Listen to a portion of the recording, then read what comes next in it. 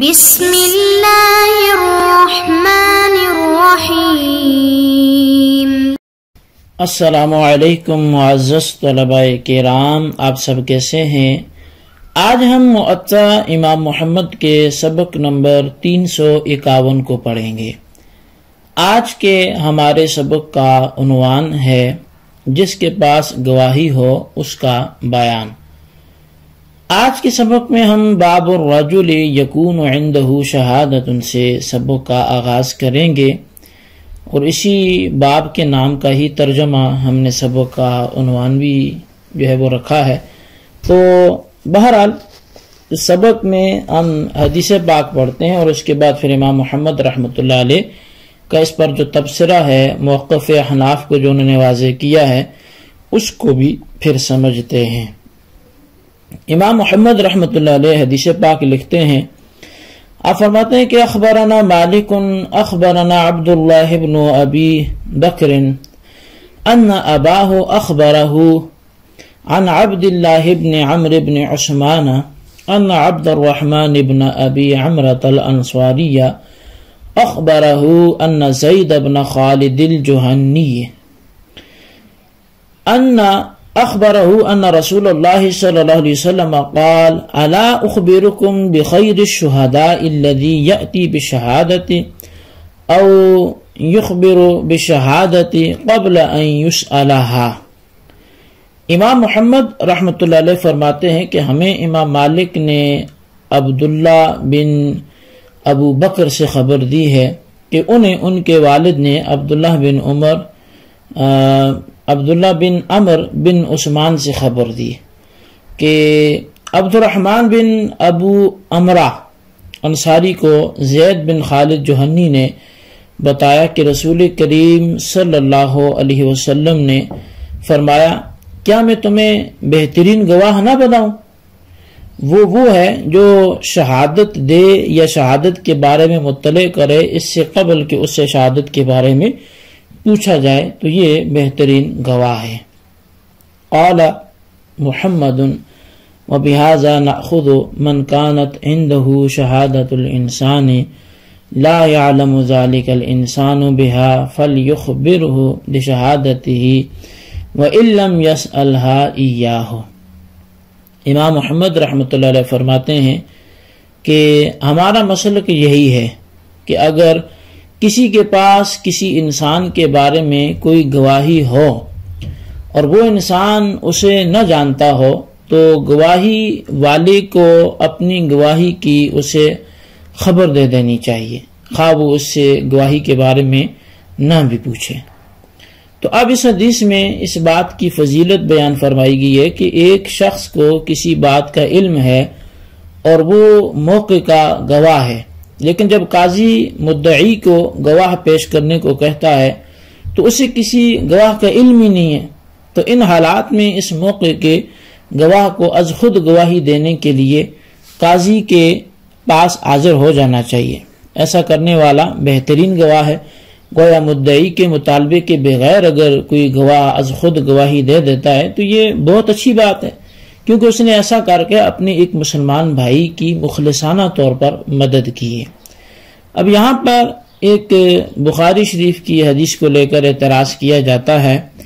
اور وہ یہ کیا جاتا ہے کہ دیکھیں نبی علیہ السلام نے فرمایا بخاری میں کہ بہترین زمانہ میرا زمانہ ہے، پھر صحابہ کرام کا، پھر تابعین کرام کا، پھر تبعی تابعین کا، تو اس کے بعد ایک زمانہ ایسا آئے گا کہ لوگ بغیر مطالبہ شہادتیں جو ہے بغیر مطالبہ شہادت کے وہ گواہیاں دیں گے، اور لوگ ایسے ہوں گے کہ جنہیں کوئی امین بنانے کے لیے تیار ہی نہیں ہوگا، اور نہ ہی وہ لوگ اپنی نظروں کو پورا کرنے والے ہوں گے۔ تو اب اسی طرح حضرت عمران بن حسین رضی اللہ تعالیٰ عنہ فرماتے ہیں کہ نبی علیہ السلام نے فرمایا، تم میں سے بہترین لوگ میرے زمانے والے ہیں، پھر وہ جو ان کے بعد، اور پھر وہ جو ان کے بعد ہوں گے۔ عمران راوی آپ فرماتے ہیں کہ مجھے یاد نہیں رہا کہ آپ نے اپنے زمانے کے بعد 2 یا 3 ادوار کا ذکر فرمایا۔ بہرحال آپ نے مزید فرمایا کہ تمہارے بعد کچھ لوگ ایسے ہوں گے جو خیانت کریں گے، اور لوگ انہیں امانتیں نہیں دیں گے، اور وہ گواہی دیں گے جبکہ ان کو گواہی کے لیے طلب ہی نہیں کیا جائے گا، اور وہ نظریں مانیں گے لیکن پوری نہیں کریں گے، اور ان میں خوب کھا کھا کر موٹاپا وہ بہت زیادہ ہوگا۔ تو اب خلاصہ کلام یہ کہ معطا امام محمد کی روایت سے معلوم یہ ہوتا ہے کہ بن بلائے از خود گواہی دینے والے یہ بہترین قسم کے لوگ ہیں، جبکہ بخاری شریف میں ایسے گواہوں کو خائن، بددیانت اور نظریں پوری نہ کرنے والے لوگوں کے ساتھ ملایا گیا ہے، جس سے معلوم یہ ہوتا ہے کہ از خود گواہی دینے والے برے لوگ ہوتے ہیں۔ تو اب اس تناقض کو کیسے دور کیا جائے؟ تو اب صحیح حدیث ان میں سے مطلب ایک عام آدمی وہ کس پہ عمل کرے گا؟ وہ بخاری کی روایت پہ عمل کرے گا یا وہ معطا امام محمد کی روایت پہ عمل کرے؟ تو اس کے جواب کے حوالے سے عرض یہ ہے کہ ان دونوں روایتوں میں تطبیق ہو سکتی ہے، اور اس تطبیق کو بعض شارحین کرام نے وہ بیان بھی کیا ہے، جیسا کہ امام بدر الدین عینی رحمۃ اللہ علیہ نے بخاری شریف والی روایت جو ہے وہ عمران ابن حسین رضی اللہ تعالیٰ عنہ سے جو ہے اس کے تحت ان میں تطبیق کو وہ بیان فرمایا ہے عمدۃ القاری شرح صحیح البخاری میں۔ تو آپ لکھتے ہیں کہ ابن جوزی نے کہا کہ اگر یہ کہا جائے کہ نبی علیہ الصلوۃ والسلام کا جو مبارک قول ہے کہ گواہی دیں گے اور ان کو طلب نہیں کیا جائے گا، اور آپ کا ہی مبارک قول ہے جو حضرت زید بن خالد سے مروی ہے کہ کیا میں تمہیں بہترین گواہ نہ بتاؤں؟ وہ لوگ ہیں جو سوال کیے بغیر گواہی دیتے ہیں، تو ان دونوں میں کیا تطبیق ہوگی؟ تو ابن جوزی نے یہ سوال جو ہے وہ بنایا اور پھر اس کا خود ہی جواب بھی دیا، اور فرمایا کہ اس کا جواب یہ ہے کہ امام ترمذی نے بعض اہل علم سے ذکر کیا ہے کہ گواہی دیں گے جبکہ ان کو گواہ نہیں بنایا گیا ہوگا، اس سے مراد جھوٹے گواہ ہیں، اور انہوں نے اپنی اس بات کی جو دلیل ہے وہ حضرت عمر رضی اللہ تعالیٰ عنہ سے مروی حدیث پاک کو بتایا کہ حضرت عمر روایت کرتے ہیں کہ نبی علیہ الصلوۃ والسلام نے فرمایا کہ قرب قیامت جھوٹ اتنا عام ہو جائے گا یہاں تک کہ آدمی بن بلائے گواہی دیتا پھرے گا، اور حضرت زید بن خالد رضی اللہ تعالیٰ عنہ کی روایت میں گواہ سے جو مراد ہے وہ گواہ ہے جو کسی چیز کا واقعی گواہ ہو، پھر وہ گواہی ادا کرے اور اس کی ادائیگی سے نہ روکے۔ اور تطبیق میں یہ بھی کہا گیا ہے کہ بہترین گواہ والی جو روایت سے مراد وہ شخص ہے کہ جس کے پاس واقعی گواہی تھی لیکن حقدار اس کو بھول چکا تھا اور وہ اپنے پیچھے بچے چھوڑ گیا جن کے دوسرے لوگوں پر مختلف حقوق تھے، لیکن وصیت کرنے والے کو ان کے بارے میں علم نہیں تھا، تو پس وہ گواہ اپنی طرف سے از خود گواہی دیتا ہے، اس کی گواہی کی وجہ سے ان بچوں کو حقوق مل جاتے ہیں۔ تو گواہی طلب کرنے سے پہلے گواہی دینے والا بہترین شخص سے مراد وہ ایسی گواہی دینے والے ہیں۔ اب یہ مختلف اقوال ان حضرات کے ہیں جنہوں نے حضرت عمران بن حسین اور زید بن خالد رضی اللہ تعالیٰ عنہ کی روایات میں تطبیق دی ہے، لیکن ابن عبد البر نے حضرت زید بن خالد رضی اللہ تعالیٰ عنہ کی روایت کو ترجیح دی کیونکہ وہ اہل مدینہ کی روایت ہے، لہٰذا اس کو اہل عراق کی روایت جو عمران بن حسین سے مروی ہے اس پر تقدم حاصل ہے۔ اور ابن عبد البر نے اس بارے میں یہاں تک کہہ دیا کہ عمران بن حسین رضی اللہ تعالیٰ عنہ کی حدیث کی اصل ہی کوئی نہیں، اور کچھ دوسرے حضرات نے حضرت عمران بن حسین والی روایت کو ترجیح دی ہے کیونکہ امام بخاری اور امام مسلم دونوں نے اسے ذکر کیا ہے، اور حضرت زید بن خالد کی روایت کو تنہا امام مسلم نے اپنی صحیح میں ذکر فرمایا ہے۔ تو بہرحال دونوں روایات کی امام نووی رحمۃ اللہ علیہ کے نزدیک وہ کچھ تعویلات ہیں۔ حضرت زید بن خالد رضی اللہ تعالیٰ عنہ کی روایت کی 3 تعویلات ہیں۔ پہلی جو تعویل ہے امام نووی وہ یہ کہتے ہیں کہ امام مالک اور امام شافعی کے اصحاب نے یہ تعویل کی ہے کہ اگر کسی شخص کے پاس کسی انسان کے بارے میں گواہی ہو لیکن وہ اپنی حق میں موجود اس گواہی کو نہ جانتا ہو تو یہ گواہ اب مدعی کو جا کر بتائے کہ میں تمہارے حق کا گواہ ہوں، یعنی اس کے حق کی گواہی جو ہے وہ یہ دے سکتا ہے۔ یہ پہلی تعویل تھی۔ اور دوسری جو تعویل ہے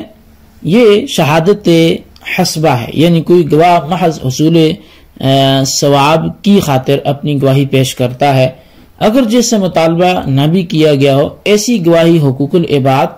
اور حقوق اللہ دونوں میں ہو سکتی ہے، مثلا طلاق، عتق، وقف، وصیت عامہ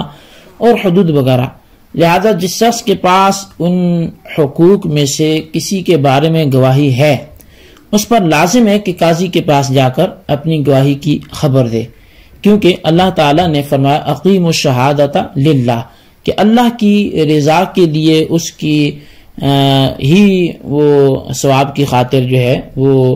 گواہی تم دو۔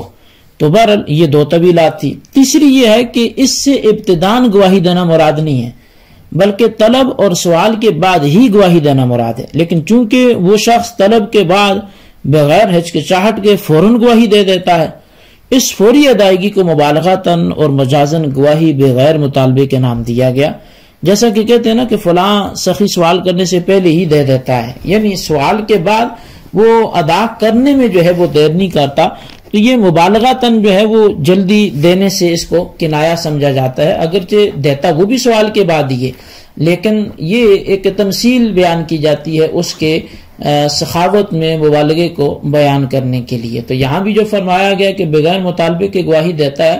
تو اس کا مطلب یہی ہے کہ وہ حقدار کی حق کی گواہی دینے میں تاخیر سے کام نہیں لیتا، بلکہ جیسے اسے بولا جائے تو وہ فوراً ہی اس کی گواہی دے دیتا ہے۔ اچھا، حضرت عمران بن حسین والی روایت کی 4 تعویلات ہیں، اور اس میں جو پہلی تعویل ہے وہ دونوں روایات میں تطبیق میں چونکہ زیادہ اہم نہیں ہے، اس لیے جو ہے وہ اسے چھوڑ دیا گیا ہے۔ البتہ جو اس حوالے سے دوسری اور تیسری اور چوتھی تعویل جو ہیں ان کو ذکر کیا جاتا ہے۔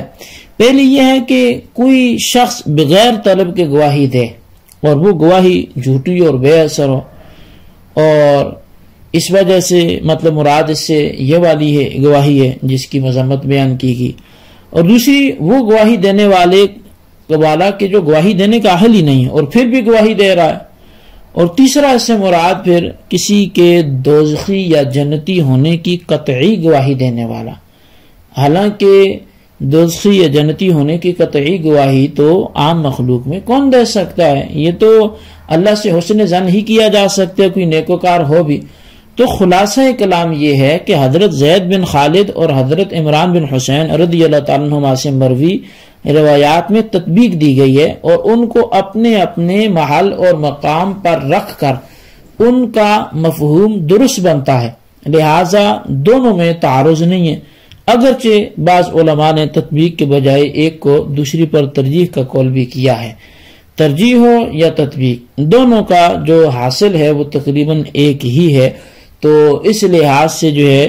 دونوں حدیثیں قابل عمل ہیں اور دونوں پر عمل ممکن بھی ہے۔ تو یہ ہمیشہ کے لیے اصول یاد رکھیں کہ جب بھی 2 حدیثوں کی بات ہو تو 2 حدیثوں میں اولاً جس چیز کو دیکھا جائے گا وہ تطبیق کو ہی دیکھا جائے گا۔ اگر دونوں پہ عمل کرنا ممکن ہوگا تو کبھی بھی کسی حدیث کو ترک نہیں کیا جائے گا، تطبیق کی راہ کو اپنا کر دونوں پر ہی عمل کیا جائے گا۔ تو بہرحال یہ گفتگو تھی جی ہمارے آج کے سبق کے حوالے سے، اس کو اچھی طرح سمجھیں، اس کے خلاصے کو اپنے رجسٹر پر ضرور لکھیں۔ اللہ تعالیٰ سے دعا کرتے ہیں جو ہم نے پڑھا سنوں سے یاد رکھنے کی توفیق نصیب فرمائے، آمین بجاہ النبی الامین صلی اللہ علیہ وسلم۔